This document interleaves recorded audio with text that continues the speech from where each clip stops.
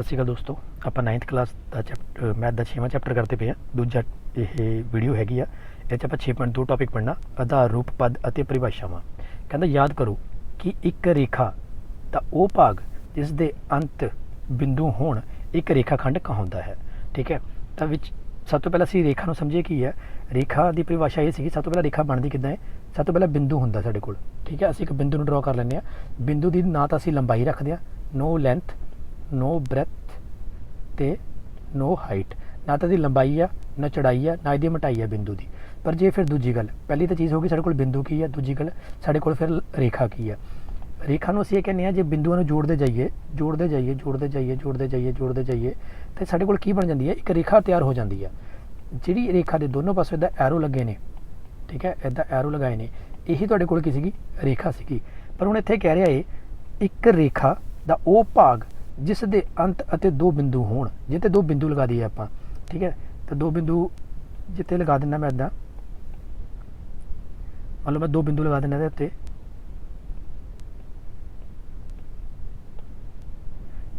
ਇਹਦੇ ਉੱਤੇ ਮੈਂ ਕੀ ਕੀਤਾ, ਆ ਦੋ ਬਿੰਦੂ ਲਗਾਤੇ, ਇਹਨੂੰ ਮੈਂ ਕੀ ਨਾਮ ਦਿੱਤਾ, A ਤੇ B।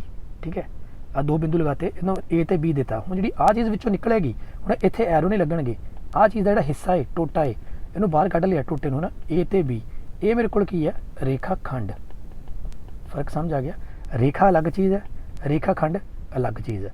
ਤਾਂ ਰੇਖਾ ਖੰਡ ਛੋਟਾ ਹਿੱਸਾ ਹੋ ਗਿਆ। ਠੀਕ ਹੈ, ਅਤੇ ਕਹਾਉਂਦਾ ਹੈ ਤੇ ਰੇਖਾ ਦਾ ਉਹ ਭਾਗ ਜਿਸ ਦੇ ਇੱਕ ਅੰਤ ਬਿੰਦੂ ਹੋਵੇ ਕਿਰਨ ਕਹਾਉਂਦਾ ਹੈ। ਠੀਕ ਹੈ, ਧਿਆਨ ਦਿਓ, ਰੇਖਾ ਖੰਡ AB ਨੂੰ, AB ਦੇ ਉੱਤੇ ਇਹਦਾ ਲਾਈਨ ਪਈ ਹੈ, ਬਾਰ ਨਾਲ ਦਰਸਾਇਆ ਜਾਂਦਾ ਹੈ ਅਤੇ ਉਸ ਦੀ ਲੰਬਾਈ ਨੂੰ AB ਨਾਲ ਦਰਸਾਇਆ ਜਾਂਦਾ ਹੈ। ਕਿਰਨ AB ਨੂੰ AB ਇੱਦਾਂ ਪਾ ਕੇ ਨਾਲ ਇਹਦਾ ਐਰੋ ਉੱਪਰ ਪਾਇਆ ਜਾਂਦਾ ਹੈ ਨਾਲ, ਅਤੇ ਰੇਖਾ ਨੂੰ AB, ਰੇਖਾ ਦੇ ਉੱਤੇ ਕੀ ਹੈ, ਦੋਨੋਂ ਪਾਸੇ ਇੱਦਾਂ ਕੀ ਹੈ, ਏਰਾ ਨਾਲ ਦਰਸਾਇਆ ਜਾਂਦਾ ਹੈ। ਪਰ ਅਸੀਂ ਇਹਨਾਂ ਸੰਕੇਤਕਾਂ ਦਾ ਪ੍ਰਯੋਗ ਨਹੀਂ ਕਰਾਂਗੇ ਅਤੇ ਰੇਖਾ AB, ਕਿਰਨ AB, ਰੇਖਾ ਖੰਡ AB ਤੇ ਉਸ ਦੀ ਲੰਬਾਈ ਨੂੰ ਹੀ ਇੱਕ ਸੰਕੇਤ AB ਨਾਲ ਦਰਸਾਵਾਂਗੇ। ਇਸ ਦਰਸਾਇਆ ਸਭ ਨਾਲ ਜਾਂਦਾ ਹੈ, ਪਰ ਅਸੀਂ ਨਹੀਂ ਕਰਨਾ। ਜਦੋਂ ਅਸੀਂ ਮੈਥ ਨੂੰ ਪੜ੍ਹਦੇ ਹਾਂ ਨਾ, ਤਾਂ ਸਭ ਸੰਕੇਤਕਾਂ ਨੂੰ ਅਸੀਂ ਯੂਜ਼ ਨਹੀਂ ਕਰਦੇ ਹੈਗੇ। ਓਕੇ, ਇਸ ਦਾ ਅਰਥ ਸੰਦਰਭ ਤੋਂ ਸਪਸ਼ਟ ਹੋ ਜਾਵੇਗਾ। ਕਦੇ ਕਦੇ ਛੋਟੇ ਅੱਖਰ ਜਿਵੇਂ L, M, N ਆਦਿ ਦਾ ਪ੍ਰਯੋਗ ਰੇਖਾਵਾਂ ਨੂੰ ਦਰਸਾਉਣ ਲਈ ਕੀਤਾ ਜਾਵੇਗਾ। ਓਕੇ, ਹੁਣ ਪਹਿਲਾਂ ਆਪਾਂ ਦੇਖ ਲੈਂਦੇ ਹਾਂ ਵੀ ਕਿਸ ਤਰੀਕੇ ਨਾਲ ਕਰਦੇ ਹਾਂ, ਆਪਾਂ ਇਹਦਾ ਪ੍ਰਯੋਗ ਕਿੱਦਾਂ ਕਰਦੇ ਹਾਂ। ਤਾਂ ਸਭ ਤੋਂ ਪਹਿਲਾਂ ਮੇਰੇ ਕੋਲ ਗੱਲ ਕੀ ਆ ਗਈ ਸੀਗੀ, ਸਭ ਤੋਂ ਪਹਿਲੀ ਗੱਲ ਆ ਗਈ ਸੀਗੀ, ਮੇਰੇ ਕੋਲ ਕੀ ਆ, ਬਿੰਦੂ ਹੈ। ਤਾਂ ਬਿੰਦੂ ਕੀ ਚੀਜ਼ ਹੈ, ਇੱਦਾਂ ਇੱਕ ਮੈਂ ਡਾਟ ਪਾਇਆ, ਆ ਡਾਟ, ਇਹਨੂੰ ਆਪਾਂ ਡਾਟ ਵੀ ਬੋਲ ਦਿੰਦੇ ਹਾਂ, ਇਹਨੂੰ ਆਪਾਂ ਪੁਆਇੰਟ ਵੀ ਬੋਲ ਦਿੰਦੇ ਹਾਂ, ਹੈ ਨਾ, ਇੰਗਲਿਸ਼ ਦੇ ਵਿੱਚ। ਪਰ ਇਹ ਸਾਡੇ ਕੋਲ ਕੀ ਹੈ, ਇੱਕ ਬਿੰਦੂ ਹੈ। ਬਿੰਦੂ ਦੀ ਖਾਸੀਅਤ ਕੀ ਹੈ, ਇਹਦੀਆਂ ਪ੍ਰੋਪਰਟੀਜ਼ ਕੀ ਨੇ, ਇਹਦੀਆਂ ਹੈ ਨਾ ਖਾਸੀਅਤ ਇਹ ਹੈ, ਨਾ ਤਾਂ ਇਹਦੇ ਕੋਲ ਕੀ ਹੋਣੀ ਆ, ਲੰਬਾਈ, ਨਾ ਇਹਦੀ ਅਸੀਂ ਕੀ ਮੰਨਦੇ ਹਾਂ, ਮੋਟਾਈ, ਨਾ ਅਸੀਂ ਇਹਦੀ ਕੀ ਮੰਨਦੇ ਹਾਂ, ਉਚਾਈ। ਮੈਂ ਇੱਕ ਵਰਡ ਬੋਲਦਾ ਪਿਆ, ਅਸੀਂ ਨਹੀਂ ਮੰਨਦੇ। ਹੁਣ ਕੋਈ ਬੱਚਾ ਕਹੂਗਾ ਸਰ ਇਹਦੀ ਲੰਬਾਈ ਕੁਛ ਤਾਂ ਹੈ ਨਾ, ਜੇ ਮੰਨ ਲਓ ਮੈਂ ਇੱਦਾਂ ਡਾਟ ਬਣਾਤਾ ਮੋਟਾ, ਸਰ ਇਹਦੀ ਲੰਬਾਈ, ਕੋਈ ਕਹਿ ਸਕਦਾ ਸਰ ਇਹਦੀ ਲੰਬਾਈ ਕੁਛ ਤਾਂ ਹੈ, ਇਸ ਤਰੀਕੇ ਨਾਲ, ਇਸ ਤਰੀਕੇ ਨਾਲ ਕੁਛ ਤਾਂ ਲੰਬਾਈ ਹੈਗੀ ਇਹਦੀ, ਹਾਂ ਹੈਗੀ ਹੈ, ਪਰ ਅਸੀਂ ਡਾਟ ਨੂੰ ਇੱਦਾਂ ਮੰਨਦੇ, ਬਹੁਤ ਛੋਟਾ ਜਿਹਾ ਇਹ ਡਾਟ ਹੈ, ਇਹਦੀ ਲੰਬਾਈ ਨਹੀਂ ਮੰਨਦੇ ਹੈਗੇ। ਅਸੀਂ ਮੰਨ ਕੇ ਚੱਲਦੇ ਨਾ, ਅਸੀਂ ਸਵੈ ਸਿੱਧ ਦੇ ਵਿੱਚ ਐਗਜ਼ਾਮ ਨੂੰ ਇਹੀ ਮੰਨਦੇ ਕਿ ਇਹਦੇ ਨਹੀਂ ਮੰਨਾਂਗੇ।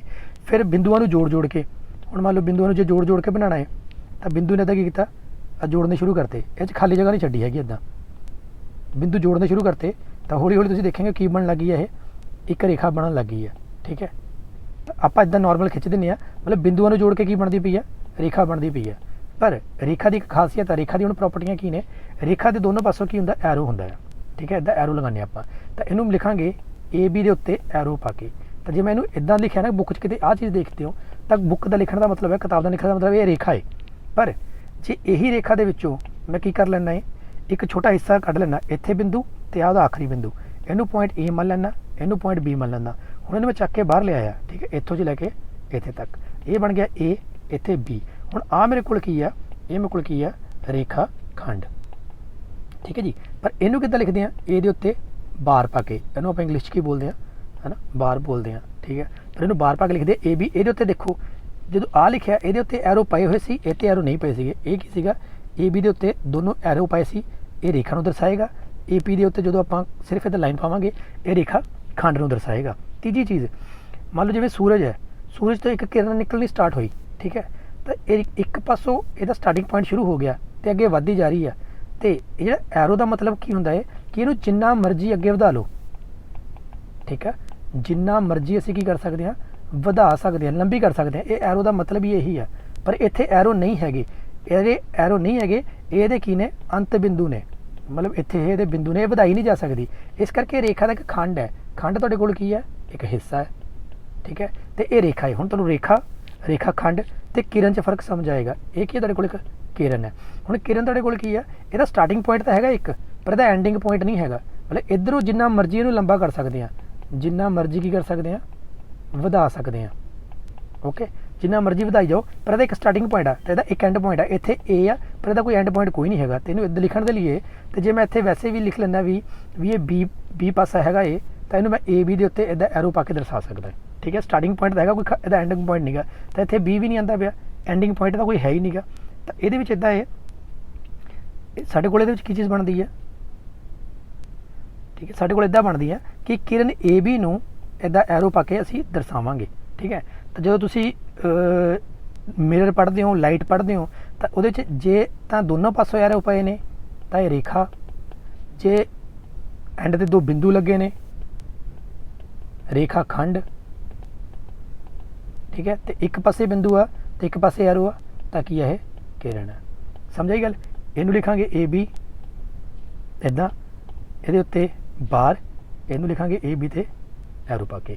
ਪਰ ਅਸੀਂ ਇਹ ਪੜ੍ਹ ਕੇ ਆਏ ਹਾਂ, ਅਸੀਂ ਕੁਛ ਵੀ ਨਹੀਂ ਲਿਖਦੇ, ਅਸੀਂ ਇਹ ਕੁਛ ਵੀ ਨਹੀਂ ਲਿਖਦੇ, ਇਹ ਸਿਰਫ ਸਮਝਣ ਦੇ ਲਈ ਆ।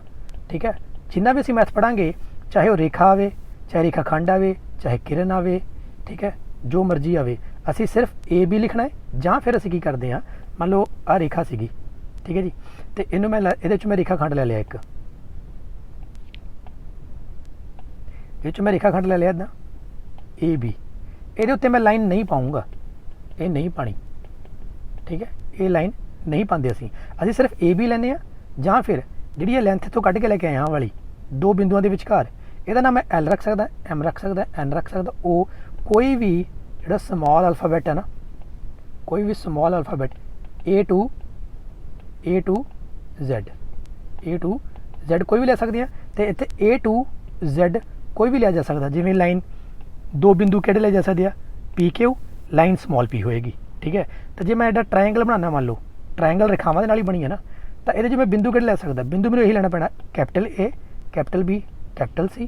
ਪਰ ਮੈਂ ਲਾਈਨ ਰੇਖਾ ਦਾ ਨਾਮ ਕੀ ਲੈ ਸਕਦਾ ਹੈ, ਇਹਦੇ 'ਚ ਕਿੰਨੀਆਂ ਰੇਖਾਵਾਂ ਨੇ ਮੇਰੇ ਕੋਲ, ਇਹ 'ਚ ਮੇਰੇ ਕੋਲ 3 ਰੇਖਾਵਾਂ ਨੇ, ਕਿਹੜੀਆਂ, AB, BC ਤੇ CA। ਕੀ ਮੈਂ ਇਹਨਾਂ ਨੂੰ ਹੋਰ ਨਾਮ ਦੇ ਸਕਦਾ, ਬਿਲਕੁਲ ਹੋਰ ਨਾਮ ਦੇ ਸਕਦਾ। ਉਹ ਕਿਹੜੇ ਨਾਮ ਨੇ ਮੇਰੇ ਕੋਲ, ਇਹਨੂੰ ਮੈਂ L, M ਤੇ N ਵੀ ਦੇ ਸਕਦਾ। ਮਤਲਬ AB ਕਿਹਦੇ ਕੋਲ ਹੈ, L ਦੇ, BC ਕਿਹਦੇ ਕੋਲ ਹੈ, M ਦੇ, ਤੇ CA ਕਿਹਦੇ ਕੋਲ ਹੈ, N ਦੇ। ਇਹ ਇਕੁਅਲ ਦਾ ਮਤਲਬ ਹੁੰਦਾ ਵੀ ਇਹ ਇਹੀ ਹੀ ਹੈ, L ਚਾਹੇ L ਬੋਲੋ, ਚਾਹੇ ਤੁਸੀਂ ਕੀ ਬੋਲੋ, AB ਬੋਲ ਲਓ। ਕਲੀਅਰ, ਰੇਖਾ ਖੰਡ, ਇਹ ਚੀਜ਼ ਤੁਹਾਨੂੰ ਕਲੀਅਰ ਹੋਣੀ ਚਾਹੀਦੀ ਹੈ ਵੀ ਕੀ ਫਰਕ ਹੈਗਾ ਰੇਖਾ ਤੇ ਰੇਖਾ ਖੰਡ ਦੇ ਵਿੱਚ, ਕੀ ਫਰਕ ਹੈ।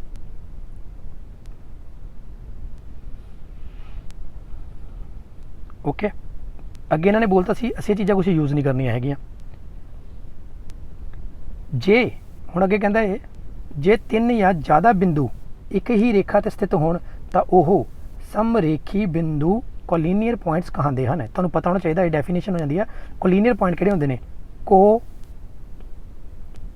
ਲੀਨੀਅਰ, ਆਪਾਂ ਦੋ ਚੀਜ਼ਾਂ ਲਈ ਯੂਜ਼ ਕਰਦੇ ਹਾਂ, ਜਿਵੇਂ ਕੋ ਐਜੂਕੇਸ਼ਨ ਹੈ ਨਾ, ਕੋਆਰਡੀਨੇਟ ਜੋੜੇ ਦੇ ਲਈ, ਲੀਨੀਅਰ ਮਤਲਬ ਲਾਈਨ ਤੇ, ਫਿਰ ਕੋਲੀਨੀਅਰ ਨੇ ਜਦੋਂ ਇੱਕ ਰੇਖਾ ਤੇ ਕੀ ਨੇ, ਜੇ 3 ਜਾਂ ਜ਼ਿਆਦਾ ਬਿੰਦੂ ਇੱਕ ਰੇਖਾ ਤੇ ਆ ਗਏ, ਉਹ ਕਿਹੜੇ ਬਿੰਦੂ ਹੋ ਜਾਂਦੇ ਨੇ, ਤਾਂ ਬਿੰਦੂਆਂ ਦੀ ਖਾਸ ਨਾਮ ਕੀ ਰੱਖਦੇ ਪਏ ਆਪਾਂ, ਉਹਨਾਂ ਨੂੰ ਆਪਾਂ ਕੀ ਬੋਲਦੇ ਪਏ ਹਾਂ। ਮਤਲਬ ਪਹਿਲਾਂ ਮੈਂ ਕੀ ਕੀਤੇ, 3 ਬਿੰਦੂ ਬਣਾ ਲੂੰਗਾ, A, B ਤੇ C ਤੇ ਰੇਖਾ ਤੇ ਨੇ। ਠੀਕ ਹੈ, ਤੇ ਹੁਣ ਜੇ 3 ਬਿੰਦੂ ਇੱਕ ਰੇਖਾ ਤੇ ਆ ਗਏ, ਤਾਂ ਇਹ ਕਿਹੜੇ ਪੁਆਇੰਟ ਤੁਹਾਡੇ ਕੋਲ, ਕੋਲੀਨੀਅਰ ਪੁਆਇੰਟ। ਕੋਲੀਨੀਅਰ ਪੁਆਇੰਟ ਕਿਹੜੇ ਹੁੰਦੇ ਨੇ, ਉਹ ਬਿੰਦੂ ਜਿਹੜੇ ਇੱਕ ਰੇਖਾ ਤੇ 2 ਜਾਂ 2 ਤੋਂ ਮਤਲਬ 3 ਹੋਣ, ਹੈ ਨਾ। ਜੇ 3 ਜਾਂ ਜ਼ਿਆਦਾ ਬਿੰਦੂ ਇੱਕ ਰੇਖਾ ਤੇ ਸਥਿਤ ਹੋਣ, ਕਿਉਂਕਿ ਜੇ 2 ਹੋਣਗੇ ਤਾਂ 2 ਦੇ ਵਿੱਚ ਤਾਂ ਇੱਕ ਰੇਖਾ ਹੀ ਬਣੂਗੀ। ਠੀਕ ਹੈ ਨਾ। ਹੁਣ ਇੱਕ ਬਿੰਦੂ ਹੋਰ ਵੀ ਲੈ ਲਿਆ, ਮੰਨ ਲਓ A, B, C ਇੱਦਾਂ ਕਰਤਾ। ਹੁਣ ਬਿੰਦੂ A, ਬਿੰਦੂ B ਤੇ ਬਿੰਦੂ C ਕੀ ਨੇ, ਕੋਲੀਨੀਅਰ ਪੁਆਇੰਟ ਨੇ, ਸਮਰੇਖੀ ਬਿੰਦੂ ਨੇ। ਇਹ ਤੁਸੀਂ ਯਾਦ ਰੱਖਣਾ ਵਰਡ। ਨਹੀਂ ਤਾਂ ਉਹ ਸਮਰੇਖੀ ਬਿੰਦੂ ਕਹਿੰਦੇ ਨੇ। ਨੌਨ ਕੋਲੀਨੀਅਰ ਪੁਆਇੰਟ ਕਿੱਦਾਂ ਹੋ ਗਏ, ਤੇ ਇਹਨੂੰ ਕਿੱਦਾਂ ਆਪਾਂ ਸਮਝ ਸਕਦੇ ਹਾਂ। ਆਹ ਤਾਂ ਚੀਜ਼ ਸਮਝ ਆ ਗਈ। ਮੰਨ ਲਓ ਇੱਥੇ ਇੱਕ ਪੁਆਇੰਟ A ਹੈ, ਇੱਥੇ ਇੱਕ ਪੁਆਇੰਟ B ਹੈ, ਇਹਨੂੰ ਪੁਆਇੰਟ A ਲੈ ਲਿਆ ਤੇ ਇਹਨੂੰ ਪੁਆਇੰਟ B ਲੈ ਲਿਆ, ਇੱਥੋਂ ਪੁਆਇੰਟ C ਲੈ ਲਿਆ। ਮੈਂ ਇੱਕ ਰੇਖਾ ਖਿੱਚਣ ਦੀ ਕੋਸ਼ਿਸ਼ ਕਰਾਂ ਤਾਂ ਮੈਂ ਰੇਖਾ ਖਿੱਚਤੀ, ਜਿਹੜੀ ਰੇਖਾ ਖਿੱਚੀ ਗਈ ਆ ਇਹ ਕੀ ਮੇਰੇ ਕੋਲ ਕੀ ਖਿੱਚੀ ਗਈ ਆ, BC ਖਿੱਚੀ ਗਈ ਆ, ਤਾਂ ਇਹ ਇੱਕ ਰੇਖਾ L ਤੇ, ਪਰ ਆਹ ਬਿੰਦੂ ਕੀ ਆ ਗਿਆ, ਬਾਹਰ ਆ ਗਿਆ। ਤਾਂ ਦੈਟ ਮੀਨਸ ਹੁਣ ABC ਕੋਲੀਨੀਅਰ ਨਹੀਂ ਨੇ, ਪਰ ਮੈਂ ਇੱਥੇ ਇੱਕ ਬਿੰਦੂ ਖਿੱਚਿਆ A, ਇੱਥੇ ਇੱਕ ਬਿੰਦੂ ਖਿੱਚਿਆ B, ਇੱਥੇ C, ਲਾਈਕ ABC ਖਿੱਚੇ, ਕਿ ਇਹਦੇ ਵਿੱਚੋਂ ਇੱਕ ਮੈਂ ਰੇਖਾ ਖਿੱਚ ਸਕਦਾ ਹੈ, ਖਿੱਚ ਸਕਦਾ ਹੈ, ਖਿੱਚੀ ਗਈ ਨਾ। ਤਾਂ ਇਹਦਾ ਮਤਲਬ ਕੀ ਆ, ਤਿੰਨੋਂ ਬਿੰਦੂ A B C ਕੀ ਨੇ, ਕੋਲੀਨੀਅਰ ਪੁਆਇੰਟ ਨੇ। ਜਾਂ ਤੁਸੀਂ ਇਹ ਕਹਿ ਦਿਓ ਤਿੰਨ ਬਿੰਦੂਆਂ ਦੇ ਵਿੱਚੋਂ ਜੇ ਇੱਕ ਰੇਖਾ ਖਿੱਚ ਦਿੱਤੀ ਜਾਵੇ, ਠੀਕ ਹੈ ਜੀ, ਤਿੰਨ ਬਿੰਦੂਆਂ ਦੇ ਵਿੱਚ ਇੱਕ ਰੇਖਾ ਖਿੱਚ ਦਿੱਤੀ ਜਾਵੇ, ਪਹਿਲਾਂ ਤਿੰਨ ਬਿੰਦੂ ਬਣਾ ਲੈਂਦੇ ਆਪਾਂ ਇੱਦਾਂ, ਠੀਕ ਹੈ ਜੀ, ਪਹਿਲਾਂ ਤਿੰਨ ਵੱਡੇ ਬਣਾ ਰਿਹਾ ਮੈਂ ਥੋੜ੍ਹੇ ਜਿਹੇ, ਤਿੰਨ ਬਿੰਦੂਆਂ ਦੇ ਵਿੱਚੋਂ ਮੈਂ ਕੀ ਕਰਨੀ ਆ, ਇੱਕ ਰੇਖਾ ਖਿੱਚਣੀ ਆ, ਇੱਕ ਰੇਖਾ ਖਿੱਚਤੀ ਤਾਂ ਤਿੰਨੋਂ ਬਿੰਦੂ ਕੀ ਹੋ ਗਏ, ਕੋਲੀਨੀਅਰ ਪੁਆਇੰਟ। ਜਾਂ ਇੱਕ ਰੇਖਾ ਦੇ ਉੱਤੇ ਕੀ ਆ ਜਾਣ, ਤਿੰਨ ਬਿੰਦੂ ਆ ਜਾਣ, ਫਿਰ ਵੀ ਕੀ ਨੇ, ਉਹ ਕੋਲੀਨੀਅਰ ਪੁਆਇੰਟ ਨੇ, ਠੀਕ ਹੈ। ਚਾਹੇ ਸਿੱਧਾ ਦੇਖ ਲਓ ਚਾਹੇ ਉਲਟਾ ਦੇਖ ਲਓ, ਇਹ ਆਪਾਂ ਜਿਓਮੈਟਰੀ 'ਚ ਪੜ੍ਹਨੀ ਹੈ, ਖਾਸ ਚੀਜ਼ ਆਣੀ ਆਪਣੇ ਕੋਲ, ਠੀਕ ਹੈ ਜੀ। ਹੁਣ ਜੇ ਨਹੀਂ ਹੈਗੇ ਤਾਂ ਨਾਨ ਕੋਲੀਨੀਅਰ ਪੁਆਇੰਟਸ। ਯਾਦ ਕਰੋ ਜਦੋਂ ਦੋ ਕਿਰਨਾਂ, ਹੁਣ ਕਿਰਨਾਂ ਬੋਲਦੇ ਪਏ ਆ, ਇੱਕ ਆਰੰਭਿਕ ਬਿੰਦੂ ਤੋਂ ਆਰੰਭ ਹੁੰਦੀਆਂ ਨੇ, ਆਰੰਭਿਕ ਬਿੰਦੂ ਤੇ ਹੈ ਉਹਨਾਂ ਦਾ ਆਰੰਭ ਹੁੰਦੀਆਂ ਨੇ, ਤਾਂ ਇੱਕ ਕੋਣ ਐਂਗਲ ਬਣਦਾ ਹੈ। ਕੋਣ ਨੂੰ ਬਣਾਉਣ ਵਾਲੀਆਂ ਦੋਵੇਂ ਕਿਰਨਾਂ ਹੈ ਨਾ, ਜਦੋਂ ਦੋ ਕਿਰਨਾਂ ਕੀ ਨੇ, ਇੱਕ ਆਰੰਭਿਕ ਬਿੰਦੂ ਤੋਂ, ਮਤਲਬ ਇੱਥੋਂ ਕੋਈ ਆਰੰਭਿਕ ਬਿੰਦੂ ਸਟਾਰਟ ਹੋਈ, ਇੱਥੇ ਗਈ, ਦੂਜੀ ਆਰੰਭਿਕ ਬਿੰਦੂ ਇੱਥੋਂ ਸਟਾਰਟ ਹੈ, ਇੱਥੋਂ ਹੀ ਜੁਆਇਨ ਕਰਕੇ ਇਹ ਕਿੱਥੇ ਗਈ, ਇਹ ਕਿਰਨ ਤੁਹਾਡੇ ਕੋਲ ਕੀ ਆ, L, ਇਹ ਤੁਹਾਡੇ ਕੋਲ ਕੀ ਮੰਨ ਲਓ M ਹੈ, ਤਾਂ ਉਹਦੇ ਵਿਚਕਾਰ ਕੀ ਬਣਦਾ, ਕੋਣ ਬਣਦਾ ਹੈ। ਤਾਂ ਕੋਣ ਦੀਆਂ ਭੁਜਾਵਾਂ ਆਮ ਜਿਹਾ ਸਾਈਡ ਖਵਾਉਂਦੀਆਂ ਨੇ, ਇਹਨਾਂ ਨੂੰ ਅਸੀਂ ਕੀ ਬੋਲਦੇ ਪਏ ਆ, ਸਾਈਡ ਜਾਂ ਆਮ। ਦੈਟ ਮਤਲਬ ਕੀ ਇਹਦਾ ਨਾਮ ਰੱਖਤਾ ਭੁਜਾਵਾਂ, ਅਤੇ ਇਹਨਾਂ ਦਾ ਸਾਂਝਾ ਬਿੰਦੂ ਕੋਣ ਨੂੰ ਕੀ ਕਹਿੰਦੇ ਨੇ, ਸਿਖਰ, ਵਰਟੈਕਸ। ਇਹ ਕੀ ਤੁਹਾਡੇ ਕੋਲ ਬਣ ਜਾਏਗਾ, ਵਰਟੈਕਸ ਕਹਿੰਦਾ ਹੈ। ਤੁਸੀਂ ਪਿਛਲੇ ਜਮਾਤਾਂ ਵਿੱਚ ਵੱਖ-ਵੱਖ ਪ੍ਰਕਾਰ ਦੇ ਕੋਣਾਂ ਨੂੰ, ਜਿਵੇਂ ਨਿਊਨ ਕੋਣ, ਐਕਿਊਟ ਐਂਗਲ, ਸਮ ਕੋਣ, ਰਾਈਟ ਐਂਗਲ, ਅਧਿਕ ਕੋਣ, ਅਬਟਿਊਸ ਐਂਗਲ, ਸਰਲ ਕੋਣ, ਸਟ੍ਰੇਟ ਐਂਗਲ, ਰਿਫਲੈਕਸ ਕੋਣ ਬਾਰੇ ਪੜ੍ਹ ਚੁੱਕੇ ਹੋ। ਚਿੱਤਰ ਦੇਖੋ, ਠੀਕ ਹੈ। ਪਹਿਲਾਂ ਆਪਾਂ ਦੇਖ ਲੈਂਦੇ ਐਂਗਲ ਹੁੰਦਾ ਕੀ ਹੈ, ਬਣਦਾ ਕਿੱਦਾਂ ਹੈ, ਤੇ ਉਹਨਾਂ ਨੇ ਕਿਰਨ ਤੋਂ ਸਟਾਰਟ ਕੀਤਾ ਹੈ। ਓਕੇ, ਸਭ ਤੋਂ ਪਹਿਲਾਂ ਕੀ ਕਰਦੇ ਹਾਂ, ਮੈਂ ਇੱਕ ਲਾਈਨ ਲਈ, ਓਕੇ ਜੀ, ਇਹਦਾ ਪੁਆਇੰਟ ਸੀਗਾ ਸਟਾਰਟਿੰਗ ਕਿਰਨ ਲਈ, ਠੀਕ ਹੈ ਜੀ, ਤੇ ਇਹਨੂੰ ਮੈਂ ਨਾਮ ਦਿੱਤਾ A। ਇਹਦੇ ਉੱਤੇ ਹੁਣ ਮੈਂ ਕੀ ਕੀਤਾ, ਇਹਦੇ ਉੱਤੇ ਇੱਕ ਹੋਰ ਕਿਰਨ ਬਣਾਉਣ ਲੱਗਿਆ ਹੈ, ਇੱਥੇ ਹੀ ਪੁਆਇੰਟ ਲੈ ਕੇ ਇਹਦੇ ਉੱਤੇ ਮੰਨ ਲਓ ਮੈਂ ਇੱਕ ਹੋਰ ਕਿਰਨ ਬਣਾਈ, ਇੱਦਾਂ ਬਣਾ ਲਈ। ਹੁਣ ਆਹ ਕਿਰਨ ਨੂੰ ਪਕੜ ਕੇ ਨਾ ਇੱਥੋਂ ਮੈਂ ਇੱਧਰ ਨੂੰ ਮੂਵ ਕਰਤਾ, ਜਦੋਂ ਇੱਧਰ ਨੂੰ ਮੂਵ ਕਰਤਾ ਤਾਂ ਕੀ ਹੋ ਜਾਏਗਾ, ਜਦੋਂ ਨੂੰ ਮੂਵ ਕਰਤਾ ਕੀ ਹੋ ਜਾਏਗਾ, ਇਹ ਕਿਰਨ ਮੂਵ ਕਰਕੇ ਇੱਥੇ ਆ ਜਾਏਗੀ, ਠੀਕ ਹੈ। ਮਤਲਬ ਇੱਥੋਂ ਚੱਕ ਕੇ ਮੈਂ ਇੱਥੇ ਲਿਆਇਆ। ਹੁਣ ਇਹ ਕਿਰਨ ਚੱਕ ਲਿਆ ਦੋ, ਹੈ ਨਾ, ਇਹਨੂੰ ਮੰਨ ਲਓ ਮੈਂ ਪਹਿਲੀ ਕਿਰਨ A ਮੰਨਦਾ ਹੈ, ਠੀਕ ਹੈ, ਇਹਦੇ ਪੁਆਇੰਟ A ਹੈ, ਇਹਨੂੰ ਮੈਂ ਲਾਈਨ ਮੰਨਦਾ L, ਇਹਨੂੰ ਮੈਂ ਲਾਈਨ ਮੰਨਦਾ N। ਕਿਰਨ ਨੂੰ ਕੋਈ ਵੀ ਨਾਮ ਦੇ ਸਕਦੇ ਹਾਂ ਆਪਾਂ, ਉਹ 'ਚ ਤੁਸੀਂ ਦੇਖਿਆ ਹੀ ਸੀਗਾ। ਹੁਣ ਜਿਹੜੀ ਇਹਦੇ ਵਿਚਕਾਰ ਜਿਹਦਾ ਆਹ ਮੂੰਹ ਖੁੱਲ੍ਹਾ ਹੈ ਨਾ, ਇਹਨੂੰ ਆਪਾਂ ਇੱਦਾਂ ਬੋਲ ਦਿੰਦੇ ਹਾਂ, ਮੈਂ ਦੇਸੀ ਤਰੀਕੇ ਨਾਲ ਸਮਝਾ ਰਿਹਾ, ਮੂੰਹ ਖੁੱਲ੍ਹਾ ਹੈ ਤੁਹਾਡਾ, ਇਹਦੇ ਵਿੱਚ ਆਹ ਕਿੰਨੀ ਚੀਜ਼ ਖੁੱਲ੍ਹੀ ਹੈ, ਇਹਦੇ ਵਿੱਚ ਗੈਪ ਕਿੰਨਾ ਪਿਆ, ਦੋ ਰੇਖਾਵਾਂ, ਦੋ ਕਿਰਨਾਂ, ਦੋ ਲਾਈਨਾਂ, ਦੋ ਰੇਖਾਵਾਂ ਖੰਡ। ਜੇ ਰੇਖਾ ਖੰਡ ਨਾ ਬਣਾਉਂਦੇ, ਰੇਖਾ ਖੰਡ ਨਾਲ ਬਣ ਜਾਂਦਾ ਬਿਲਕੁਲ। ਇੱਥੇ ਮੇਰੇ ਕੋਲ ਕੀ ਆ, A, ਇੱਥੇ ਮੇਰੇ ਕੋਲ ਪੁਆਇੰਟ B, ਇੱਥੇ C, ਇਹ ਰੇਖਾ ਖੰਡ ਦਾ ਬਣ ਗਿਆ। ਇਹਨਾਂ 'ਚ ਕਿੰਨਾ ਗੈਪ ਹੈ, ਤਾਂ ਵੀ ਕੋਈ ਚੱਕਰ ਨਹੀਂ, ਕਿਰਨ ਨਾਲ ਬਣਾਇਆ ਤਾਂ ਵੀ ਕੋਈ ਚੱਕਰ ਨਹੀਂ, ਪਰ ਪੁਆਇੰਟ ਇੱਕ ਸਾਂਝਾ ਹੋਣਾ ਚਾਹੀਦਾ, ਸਟਾਰਟਿੰਗ ਪੁਆਇੰਟ ਹੈ ਨਾ। ਇਹ ਰੇਖਾ ਖੰਡ ਦੇ ਨਾਲ ਬਣਿਆ, ਇਹ ਕਿਹਦੇ ਨਾਲ ਬਣਿਆ, ਕਿਰਨ ਦੇ ਨਾਲ ਬਣਿਆ। ਤਾਂ ਇਹਨਾਂ ਵਿੱਚ ਜਿੰਨਾ ਗੈਪ ਹੈ, ਜਿੰਨਾ ਮੂੰਹ ਖੁੱਲ੍ਹਾ ਹੈ, ਉਹਨੂੰ ਅਸੀਂ ਕੀ ਕਹਿੰਦੇ ਹਾਂ, ਮੈਥਾਮੈਟੀਕਲ ਦੀ ਫਾਰਮ ਦੇ ਵਿੱਚ ਅਸੀਂ ਕੀ ਬੋਲਦੇ ਹਾਂ ਵੀ ਇਹ ਸਾਡੇ ਕੋਲ ਕੀ ਬਣਿਆ ਹੈ, ਕੋਣ ਬਣਿਆ ਹੈ, ਇਹ ਸਾਡੇ ਕੋਲ ਕੀ ਹੈ, ਐਂਗਲ ਹੈ, ਇਹੀ ਐਂਗਲ ਹੈ। ਮਤਲਬ ਓਪਨਿੰਗ ਕਿੰਨੀ ਹੈ ਉਹਦੇ ਵਿੱਚ, ਕਿੰਨੀ ਚੀਜ਼ ਓਪਨਿੰਗ ਹੋਈ ਆ, ਉਹੀ ਕੀ ਆ, ਮੂੰਹ ਖੁੱਲ੍ਹਾ ਐਂਗਲ ਹੈ। ਤੇ ਜਿਹੜੀ ਆਹ ਸਾਈਡ ਹੈ, ਹੁਣ ਇਹ ਸਾਈਡ ਹੈ, ਇਹਦਾ ਨਾਮ ਕੀ ਹੈ, ਜਿਹੜੀ ਲਾਈਨ ਹੈ, ਚਾਹੇ ਰੇਖਾ ਹੈ, ਚਾਹੇ ਤੁਹਾਡੇ ਕੋਲ ਕੀ ਹੈ, ਰੇਖਾ ਖੰਡ ਹੈ, ਇਹਨੂੰ ਅਸੀਂ ਕੀ ਬੋਲਦੇ ਹਾਂ, ਭੁਜਾ। ਅੰਗਰੇਜ਼ੀ ਤੁਹਾਡੇ ਕੋਲ ਕੀ ਆ, ਆਰਮ, ਜਾਂ ਕੀ ਆ, ਸਾਈਡ, ਠੀਕ ਹੈ। ਆਮ ਬੋਲੋ, ਸਾਈਡ ਬੋਲੋ, ਜਾਂ ਪੰਜਾਬੀ 'ਚ ਕੀ ਬੋਲਾਂਗੇ, ਇਹਨੂੰ ਭੁਜਾ। ਤੇ ਜਿਹੜਾ ਆਹ ਵਾਲਾ ਬਿੰਦੂ ਆ, ਜਿੱਥੋਂ ਇਹ ਸਟਾਰਟ ਘੁੰਮਦੀਆਂ ਪਈਆਂ ਨੇ, ਇਹ ਮੇਰੇ ਕੋਲ ਕੀ ਆ, ਵਰਟੈਕਸ, ਠੀਕ ਹੈ। ਤੇ ਇਹਨੂੰ ਅਸੀਂ ਕੀ ਬੋਲਦੇ ਪਏ ਆ, ਸਾਡੇ ਕੋਲ ਕੀ ਹੈ, ਸਿਖਰ। ਓਕੇ, ਕਲੀਅਰ ਚੀਜ਼ ਇਹ, ਇਹਨਾਂ ਤੋਂ ਚੀਜ਼ ਸਮਝਣੀ ਚਾਹੀਦੀ ਆ। ਇਹ ਚੀਜ਼ ਸਮਝੋਗੀ, ਭੁਜਾਵਾਂ ਨੇ ਤੇ ਸਿਖਰ ਹੈ, ਜਿਹਨੂੰ ਅਸੀਂ ਕੀ ਬੋਲਦੇ ਆ, ਵਰਟੈਕਸ। ਜੇ ਪਲੂਰਲ ਹੋਏਗਾ ਵਰਟਿਸਿਸ ਹੋ ਜਾਂਦਾ ਹੈ। ਓਕੇ, ਤਾਂ ਇਹਦੇ ਨਾਲ ਕੀ ਤੁਹਾਡੇ ਕੋਲ ਕੀ ਬਣਗੇ, ਜਾਂ ਤਾਂ ਸਮਕੋਣ ਬਣੇਗਾ, ਐਕਿਊਟ ਐਂਗਲ ਬਣੇਗਾ, ਆਬਟਿਊਸ ਐਂਗਲ ਬਣੇਗਾ, ਇਹ ਸਾਰੇ ਕੋਣ ਦੇਖਦੇ ਆ। ਜੇ ਤਾਂ ਮੰਨ ਲਓ ਪੁਆਇੰਟ ਇੱਥੋਂ ਮੈਂ A ਲੈਣਾ, ਇਹ ਰੇਖਾ ਕਿਰਨ ਬਣਾਈ ਹੋਈ ਹੈ ਨਾ, ਦੇਖੋ ਇਹਦੇ ਐਰੋ ਪਾਏ ਹੋਏ ਨੇ, ਤਾਂ ਐਰੋ ਪਾ ਕੇ ਤੁਸੀਂ ਸਮਝ ਸਕਦੇ ਹੋ ਵੀ ਇਹ ਕਿਰਨ ਡਰਾ ਕੀਤੀਆਂ ਹੋਈਆਂ ਨੇ ਇਹਨਾਂ ਨੇ। ਤਾਂ ਇਹ ਐਰੋ ਇੱਦਾਂ ਨਹੀਂ ਹੈਗੇ, ਟ੍ਰਾਇੰਗਲ ਵਾਂਗੂ ਨਹੀਂ ਹੈਗੇ, ਮੈਂ ਇੱਦਾਂ ਕਰ ਰਿਹਾ, ਪਰ ਇਹ ਇੱਦਾਂ ਐਰੋ ਨੇ, ਇਸ ਤਰੀਕੇ ਨਾਲ। ਆਹ ਸਹੀ ਬਣਾਉਣ ਦਾ ਤਰੀਕਾ ਆਹ ਹੈ, ਇਹ ਐਰੋ ਇੱਦਾਂ ਹੈ। ਜੇ ਕੋਣ 0 ਡਿਗਰੀ ਤੋਂ 90 ਡਿਗਰੀ ਦੇ ਵਿਚਕਾਰ ਰਹਿੰਦਾ ਹੈ, ਮਤਲਬ 89.9 ਤੱਕ ਵੀ ਰਹਿੰਦਾ ਹੈ, ਮਤਲਬ 0 ਡਿਗਰੀ ਐਕਸ ਕੀ ਹੈ, ਇੱਥੇ ਕੋਈ ਵੀ ਕੋਣ ਹੈ ਉਹ 89.9 ਤੇ ਰਹਿੰਦਾ ਹੈ, ਤਾਂ ਫਿਰ ਕਿਹੜਾ ਨਿਊਨ ਕੋਣ ਹੈ, ਠੀਕ ਹੈ। ਇਹਨੂੰ ਅਸੀਂ ਕੀ ਬੋਲ ਦਿੰਦੇ ਹਾਂ, ਦੇਖੋ ਕਿਊਟ ਕੀ ਹੁੰਦਾ, ਕਿਊਟ ਤੁਸੀਂ ਵਰਡ ਸੁਣਿਆ ਨਾ, ਕਿਊਟ। ਕਿਊਟ ਮਤਲਬ ਕੀ ਹੁੰਦਾ, ਬਹੁਤ ਕਿਊਟ ਬੱਚੇ ਕੀ ਹੁੰਦੇ, ਪਿਆਰੇ ਹੁੰਦੇ, ਛੋਟੇ ਬੱਚੇ ਕੀ ਹੁੰਦੇ, ਪਿਆਰੇ ਹੁੰਦੇ ਆ। ਤਾਂ ਛੋਟਾ ਕੀ ਹੋ ਗਿਆ, ਇਹ ਕਿਊਟ, ਅ ਕਿਊਟ ਬੇਬੀ, ਤੁਸੀਂ ਇੱਦਾਂ ਯਾਦ ਰੱਖ ਸਕਦੇ ਹੋ, ਇਹ ਕਿਊਟ, ਜਿਹੜਾ ਕਿਊਟ ਹੋਏਗਾ, ਠੀਕ ਹੈ। ਤਾਂ ਕਿਊਟ ਤੋਂ ਕੀ ਯਾਦ ਰੱਖ ਲਓ ਤੁਸੀਂ, ਐਕਿਊਟ ਐਂਗਲ ਕਿਹੜਾ ਹੈ? ਨਿਊਨ ਕੋਣ। ਨਿਊਨ ਪੰਜਾਬੀ ਦਾ ਪਤਾ ਹੀ ਲੱਗਦਾ ਪਿਆ ਨਿਊਨ ਕੋਣ ਦਾ ਨਾ, ਤਾਂ ਇਹਦੇ ਤਾਂ ਕੋਈ ਲੌਜਿਕ ਵਾਲੀ ਗੱਲ ਨਹੀਂ ਬਣਦੀ ਹੈਗੀ। ਤੇ ਜਦੋਂ 90 ਹੋ ਜਾਂਦਾ ਹੈ, ਜਦੋਂ 90 ਹੋ ਜਾਂਦਾ ਹੈ, ਇੱਥੇ ਇਹਨਾਂ ਨੇ y ਲੈ ਲਿਆ, ਭਾਵੇਂ ਤੁਸੀਂ ਇੱਥੇ x ਵੀ ਲੈ ਸਕਦੇ ਹੋ, x2 ਮਤਲਬ A to Z ਕੋਈ ਵੀ ਸਮਾਲ ਲੈਟਰ ਯੂਜ਼ ਕਰ ਸਕਦੇ ਸੀਗੇ। ਜਦੋਂ 90 ਹੋ ਜਾਂਦਾ ਹੈ ਉਦੋਂ ਕੀ ਹੈ? ਸਮ। ਠੀਕ ਹੈ, ਸਮ ਕੋਣ ਯੂਜ਼ ਕਰਦੇ ਹਾਂ ਅਸੀਂ। ਤਾਂ ਯਾਦ ਰੱਖਿਓ ਸਮ, ਇੱਕ ਤਾਂ ਸਮ ਸ਼ਬਦ ਸਮਾਨ ਲਈ ਵੀ ਯੂਜ਼ ਹੋਏਗਾ, ਤੇ ਹੁਣ ਜਦੋਂ ਕਦੇ ਵੀ ਤੁਸੀਂ ਸਮ ਵਰਡ ਸੁਣੇਗੇ ਨਾ, ਸਮ ਕੋਣ ਸੁਣੇਗੇ ਹੋ, ਜੇ ਤੁਹਾਨੂੰ ਕਿਸੇ ਨੇ ਬੋਲਿਆ ਸਮ ਕੋਣ, ਤਾਂ ਤੁਸੀਂ ਦਿਮਾਗ 'ਚ ਇਹ ਲੈ ਕੇ ਆਉਣਾ ਹੈ ਕਿ ਉਹ 90 ਡਿਗਰੀ ਹੈ। ਜੇ ਬੋਲੇ ਨਿਊਨ ਕੋਣ ਤਾਂ ਯਾਦ ਰੱਖਣਾ 90 ਤੋਂ ਛੋਟਾ ਹੈ, 90 ਨਹੀਂ, 90 ਤੋਂ ਛੋਟਾ। ਜੇ ਅਧਿਕ ਕੋਣ ਕਿਹਾ ਜਾਂਦਾ ਹੈ ਤਾਂ ਯਾਦ ਰੱਖਣਾ ਹੈ 90 ਤੋਂ ਵੱਡਾ ਹੈ, 90 ਨਹੀਂ। ਠੀਕ ਹੈ, ਇੱਥੇ ਨਾ 90 ਲਿਖਿਆ ਨਾ, ਪਰ ਇਹ 90, ਇਹ ਜਿਹੜਾ ਕੋਣ ਆ ਜਿਹੜਾ ਕੋਣ ਆ 90 ਤੋਂ 180 ਦੇ ਵਿੱਚ ਹੁੰਦਾ ਹੈ, ਮਤਲਬ 90 ਨਹੀਂ ਹੋਏਗਾ, ਮਤਲਬ ਉਹ 90.1 ਹੋ ਸਕਦਾ ਹੈ ਤੇ 179.9 ਹੋ ਸਕਦਾ ਹੈ। ਐਕਸ ਇਹਦੇ ਵਿੱਚ ਲਾਈ ਕਰੇਗਾ, ਜਿਹੜਾ Z ਕੋਣ ਹੈ, ਇੱਥੇ ਨੇ Z ਲਿਖਿਆ ਹੋਇਆ, ਇੱਥੇ X ਲਿਖਿਆ, ਕੋਈ ਚੱਕਰ ਨਹੀਂ, ਇਹ ਅਲਫਾਬੈਟ ਨਹੀਂ ਹੈ ਨਾ। ਤਾਂ ਮਤਲਬ ਇਹ ਕਿੱਥੇ ਤੱਕ ਜਾ ਸਕਦਾ? ਸਿਰਫ ਇਹ 0 ਤੋਂ 90 ਦੇ ਵਿੱਚ ਹੋਏਗਾ, ਇਹ 90 ਹੋਏਗਾ, ਇਹ 90 ਤੋਂ 180 ਦੇ ਵਿੱਚ ਹੋਏਗਾ, ਇਹਦੇ ਵਿੱਚ ਲਾਈ ਕਰੇਗਾ, ਵਿੱਚ ਹੋਏਗਾ। ਠੀਕ ਹੈ, ਤੇ ਸਰਲ ਕੋਣ ਕਿਹੜਾ ਹੈ? ਜਿਹੜਾ 180 ਡਿਗਰੀ ਹੈ ਪੂਰਾ, ਜਿਹੜਾ ਇੱਕ ਰੇਖਾ ਤੇ ਪੂਰਾ ਬਣਦਾ ਇੱਦਾਂ। ਠੀਕ ਹੈ, ਹੁਣ ਇੱਥੋਂ ਕੀ ਹੈ? ਦੇਖੋ ਆ A ਹੈ, ਇੱਧਰ B ਹੈ, ਇੱਧਰ C ਹੈ। ਜਿਹੜੀ ਚੀਜ਼ ਪਹਿਲਾਂ ਇੱਥੇ ਤੱਕ ਖੁੱਲੀ ਸੀਗੀ ਹੈ ਨਾ, ਫਿਰ 90 ਤੇ ਆ ਗਈ, ਫਿਰ ਉਸ ਤੋਂ ਬਾਅਦ ਅਸੀਂ ਘੁਮਾ ਕੇ ਪੂਰਾ ਥੱਲੇ ਲੈ ਕੇ ਆਏ ਇਹਨੂੰ, ਇਸ ਚੀਜ਼ ਨੂੰ, ਤਾਂ C ਇੱਥੇ ਤੱਕ ਆ ਗਈ ਹੈ।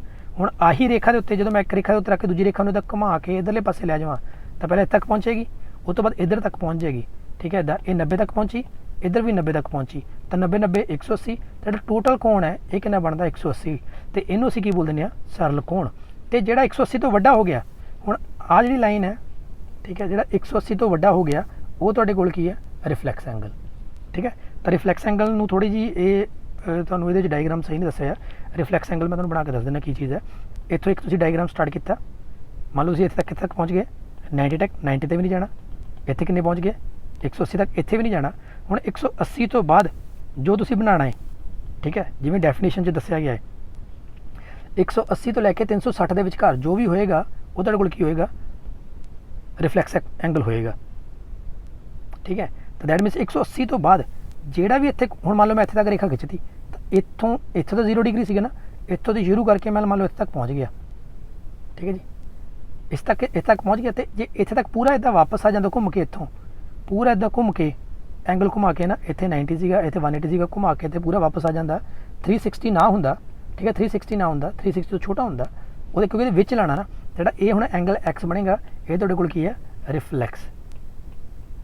ਮਤਲਬ 180 ਤੋਂ ਵੱਡਾ ਹੋਵੇ ਤੇ 360 ਤੋਂ ਛੋਟਾ ਹੋਵੇ, ਤਾਂ ਉਹ ਕੀ ਹੈ? 180 ਤੋਂ ਵੱਡਾ ਤੇ 360 ਤੋਂ ਛੋਟਾ। ਤੇ 360 ਤੁਹਾਡੇ ਕੋਲ ਕੀ ਹੁੰਦਾ ਹੈ?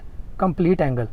ਠੀਕ ਹੈ, ਅਸੀਂ ਕੰਪਲੀਟ ਐਂਗਲ ਬੋਲਦੇ ਵੀ ਪੂਰਾ ਹੈ 360 ਡਿਗਰੀ ਪੂਰੀ ਹੈ। ਮਤਲਬ ਜੇ ਪੂਰਾ ਜੇ ਆਪਾਂ ਚੱਕਰ ਲਾਈਏ ਪੂਰਾ, ਤਾਂ ਅਸੀਂ ਕਿੰਨਾ ਐਂਗਲ ਘੁੰਮਦੇ ਆ? ਤਾਂ ਦੇਖਿਆ ਜਾਵੇ 360 ਡਿਗਰੀ ਘੁੰਮਦੇ ਆ।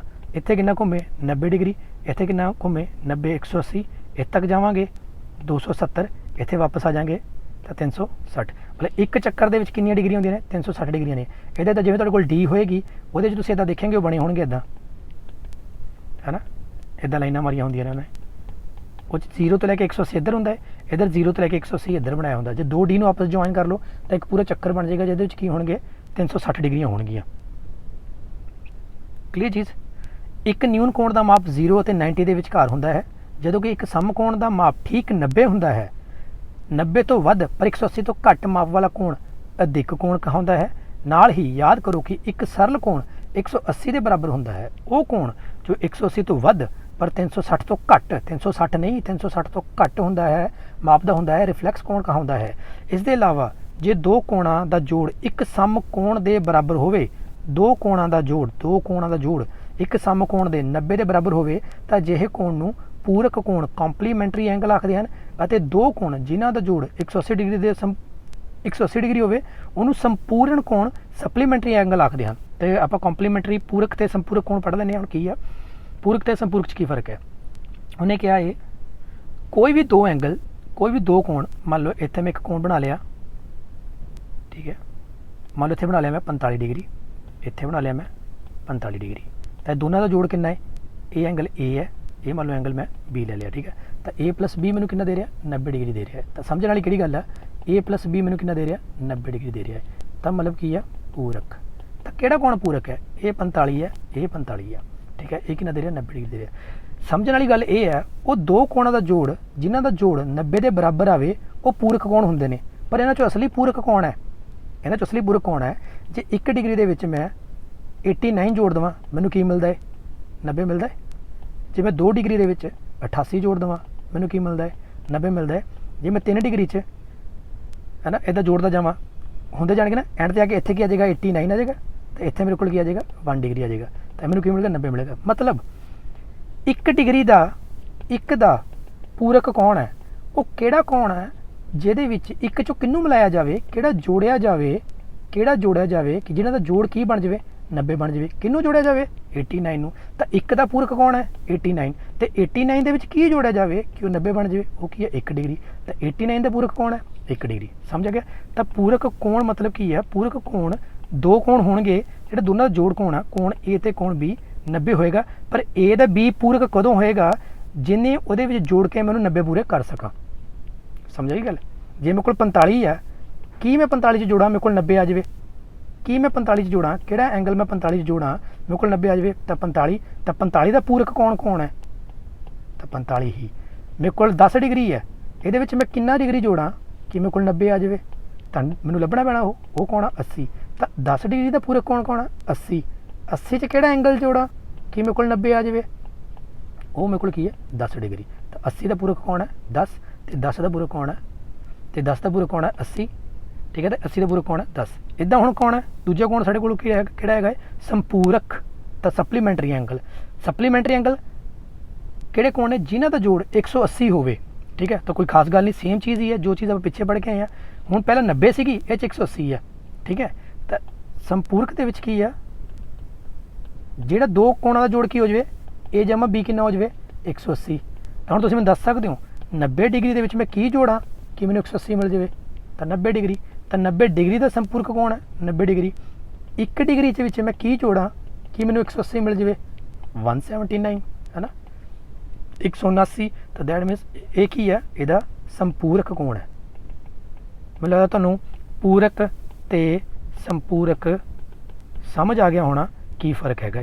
ਤਾਂ ਇੱਦਾਂ ਇਹ ਡੈਫੀਨੇਸ਼ਨ ਇੱਦਾਂ ਹੈ, ਉਹ ਦੋ ਕੋਣਾਂ ਦਾ ਜੋੜ ਜੇ 90 ਡਿਗਰੀ ਹੈ, 90 ਡਿਗਰੀ ਤਾਂ ਉਹ ਪੂਰਕ ਅਖਵਾਉਂਦੇ ਹਨ। ਪਰ ਬੇਸਿਕਲੀ ਠੀਕ ਹੈ, ਇਹ ਗੱਲ ਸਹੀ ਹੈ ਮੈਥਮੈਟਿਕਲੀ, ਪਰ ਸਾਨੂੰ ਦੱਸਣਾ ਪੈਣਾ ਇੱਕ ਦਾ ਪੂਰਕ ਕੌਣ ਹੈ? ਇੱਕ ਦਾ ਪੂਰਕ ਕੌਣ ਹੈ? 79। ਕਿਉਂਕਿ ਇਹਨੂੰ ਜੋੜ ਕੇ ਤੁਹਾਡੇ ਕੋਲ ਕੀ ਬਣਨਾ? 89। ਕਿਉਂਕਿ ਇਹਨੂੰ ਜੋੜ ਕੇ ਤੁਹਾਡੇ ਕੋਲ ਕੀ ਬਣਨਾ ਹੈ? 90। ਠੀਕ ਹੈ। ਇਹ ਤਾਂ ਪੂਰਕ ਲਿਆ ਗਿਆ। ਇੱਦਾਂ ਹੀ ਉਹ ਦੋ ਕੋਣਾਂ ਦਾ ਜੋੜ ਜੇ ਕੀ ਬਣੇ? 180 ਡਿਗਰੀ ਬਣੇ, ਉਹ ਤੁਹਾਡੇ ਕੋਲ ਕੀ ਬਣਦਾ ਹੈ? ਸੰਪੂਰਕ। ਠੀਕ ਹੈ। ਤਾਂ ਇੱਕ ਦਾ ਕੀ ਹੈ ਤੁਹਾਡੇ ਕੋਲ? 179। ਇਹ ਤੁਹਾਨੂੰ ਕੀ ਜਾਏਗਾ? 180। ਕਲੀਅਰ ਚੀਜ਼? ਤਾਂ ਇਹ ਇੱਕ ਦਾ ਸੰਪੂਰਕ ਕੋਣ 179, 170 ਦਾ ਸੰਪੂਰਕ ਕੋਣ 1 ਡਿਗਰੀ। ਕਲੀਅਰ ਚੀਜ਼ ਇਹ? ਠੀਕ ਹੈ ਜੀ। ਕਿ ਤੁਸੀਂ ਪਿਛਲੇ ਜਮਾਤਾਂ ਵਿੱਚ ਲਾਗਵੇਂ ਕੋਣਾਂ ਐਡਜੈਸੈਂਟ ਐਂਗਲ ਦੇ ਬਾਰੇ ਪੜ੍ਹ ਚੁੱਕੇ ਹੋ। ਦੇਖੋ ਚਿੱਤਰ 6.2। ਦੋ ਕੋਣ ਲਾਗਵੇਂ ਕੋਣ ਐਡਜੈਸੈਂਟ ਐਂਗਲ ਕਹਾਉਂਦੇ ਹਨ ਜੇ ਉਹਨਾਂ ਵਿੱਚ ਇੱਕ ਸਾਂਝਾ ਸਿਖਰ ਹੋਵੇ। ਸਾਂਝਾ ਸਿਖਰ, ਆਹ ਸਿਖਰ ਸੀ ਨਾ ਸਾਂਝਾ, ਇੱਥੇ ਸਿਖਰ ਸੀਗਾ, ਇਹਦੇ ਵਿੱਚ ਸਾਂਝਾ ਸਿਖਰ ਹੋਵੇ, ਇੱਕ ਸਾਂਝੀ ਭੁਜਾ ਹੋਵੇ। ਪਹਿਲੀ ਗੱਲ ਤਾਂ ਉਹਨਾਂ ਦਾ ਸਿਖਰ ਸਾਂਝਾ ਹੋਵੇ, ਉਹਨਾਂ 'ਚ ਇੱਕ ਭੁਜਾ ਸਾਂਝੀ ਹੋਵੇ। ਇੱਦਾਂ ਆਹ ਜਿਵੇਂ ਭੁਜਾ ਸਾਂਝੀ ਹੋਵੇ ਅਤੇ ਉਹਨਾਂ ਦੀਆਂ ਉਹ ਭੁਜਾਵਾਂ ਜੋ ਸਾਂਝੀਆਂ ਨਹੀਂ ਹਨ। ਕੌਣ ਸਾਂਝੀ ਨਹੀਂ ਹੈ? BC ਸਾਂਝੀ ਨਹੀਂ ਹੈ ਇਹਦੇ ਵਿੱਚ। ਠੀਕ ਹੈ। ਸਾਂਝੀ ਭੁਜਾ ਦੇ ਉਲਟ ਦਿਸ਼ਾ ਵਿੱਚ ਸਥਿਤ ਹੋਣ। ਸਾਂਝੀ ਭੁਜਾ ਕੌਣ ਹੈ? BD। BD ਦੇ ਕੀ ਹੋਣ? ਉਲਟ ਦਿਸ਼ਾ ਸਥਿਤ ਹੋਣ। ਤੈਨੂੰ ਆਪਾਂ ਪ੍ਰੋਪਰ ਦੁਬਾਰਾ ਪੜ੍ਹ ਲੈਣੇ ਵੀ ਐਡਜੈਸੈਂਟ ਐਂਗਲ ਕਿਹੜੇ ਹੁੰਦੇ ਆ। ਮੰਨ ਲਓ ਮੈਂ ਇੱਕ ਰੇਖਾ ਖਿੱਚ ਲਈ, ਇੱਥੇ ਮੈਂ ਹੁਣ ਇੱਕ ਹੋਰ ਐਂਗਲ ਬਣਾ ਲਿਆ। ਇੱਦਾਂ ਮੈਂ 90 ਕਰਕੇ ਬਣਾ ਰਿਹਾ। ਦੋ ਰੇਖਾਵਾਂ ਖਿੱਚੀਆਂ, ਆਹ ਮੇਰੇ ਕੋਲ B ਇੱਥੇ ਕੀ ਹੈ? ਸਿਖਰ ਹੈ। ਇੱਥੇ ਮੈਂ ਕੀ ਪੁਆਇੰਟ ਲੈ ਲਿਆ? A। ਇੱਥੇ ਪੁਆਇੰਟ ਕੀ ਲੈ ਲਿਆ? C। ਹੁਣ ਮੈਂ ਲਾਗਵੇਂ ਕੋਣ ਬਣਾਉਣਾ ਚਾਹੁੰਦਾ ਹੈ। ਠੀਕ ਹੈ। ਮੈਂ ਐਡਜੈਸੈਂਟ ਐਂਗਲ ਬਣਾਉਣਾ ਚਾਹੁੰਦਾ। ਕਿੱਦਾਂ ਬਣਾਊਂਗਾ? ਪਹਿਲੀ ਕੰਡੀਸ਼ਨ ਕੀ ਆ? ਜੇ ਉਹਨਾਂ ਵਿੱਚ ਇੱਕ ਸਾਂਝਾ ਸਿਖਰ ਹੋਵੇ। ਦੋਨਾਂ 'ਚ ਸਾਂਝਾ ਸਿਖਰ ਹੈਗਾ, ਆਹ ਹੈਗਾ B ਮਤਲਬ। ਠੀਕ ਹੈ। ਅਤੇ ਉਹਨਾਂ ਦੀਆਂ ਉਹ ਭੁਜਾਵਾਂ ਅਤੇ ਇੱਕ ਸਾਂਝੀ ਭੁਜਾ ਹੋਵੇ। ਹੁਣ ਸਾਂਝੀ ਭੁਜਾ ਕਰਨ ਦੇ ਲਈ ਮੈਨੂੰ ਕੀ ਕਰਨਾ ਪੈਣਾ ਹੈ? ਆਹ ਸਾਂਝੀ ਭੁਜਾ ਬਣਾਤੀ ਹੈ, ਇਹਦਾ ਮੈਂ ਨਾਮ ਕੀ ਦਿੱਤਾ? D। ਤਾਂ ਮਤਲਬ ਆਹ ਤੁਹਾਡੇ ਕੋਲ ਕੀ ਹੋ ਗਈ ਆ? ਹੁਣ ਇੱਥੇ ਇੱਕ ਕੋਣ ਬਣਦਾ ਪਿਆ, ਇੱਥੇ ਇੱਕ ਕੋਣ ਬਣਦਾ ਪਿਆ ਮੰਨ ਲਓ B1। ਠੀਕ ਹੈ। ਇੱਥੇ ਕੀ ਬਣਦਾ ਪਿਆ? B2। ਠੀਕ ਹੈ। ਤਾਂ ਦੇਖੋ ਹੁਣ ਐਡਜੈਸੈਂਟ ਐਂਗਲ ਕਿਹੜੇ ਨੇ? A ਅਤੇ ABD ਅਤੇ DBC, ਇਹ ਦੋਨੋਂ ਚੀਜ਼ਾਂ ਆਪਾਂ ਦੇਖਦੇ ਪਏ ਹਾਂ।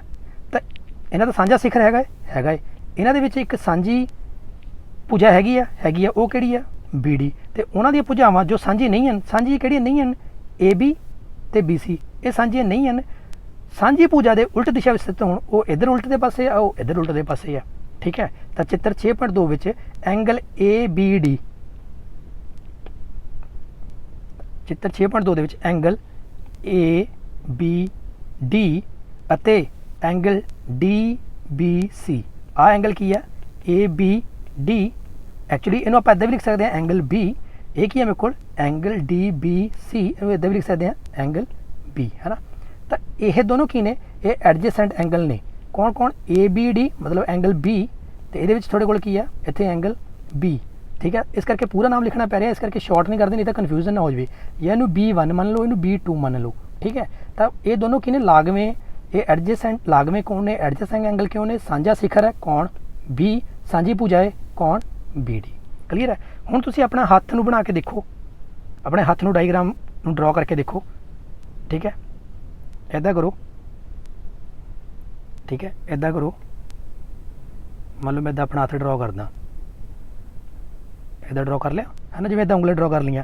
ਤਾਂ ਇਹਨੂੰ ਪ੍ਰੋਪਰ ਜੇ ਦੇਖੋ, ਜੇ ਮੈਂ ਇਸ ਤਰੀਕੇ ਨਾਲ ਬਣਾਵਾਂ, ਇੱਕ ਲਾਈਨ ਇਹ ਮੇਰੀ ਪਹਿਲੀ ਉਂਗਲੀ, ਦੂਜੀ ਉਂਗਲੀ, ਤੀਜੀ ਉਂਗਲੀ, ਚੌਥੀ ਉਂਗਲੀ, ਇੱਦਾਂ ਪੰਜਵੀਂ ਉਂਗਲੀ, ਇੱਦਾਂ ਬਣਾ ਸਕਦਾ।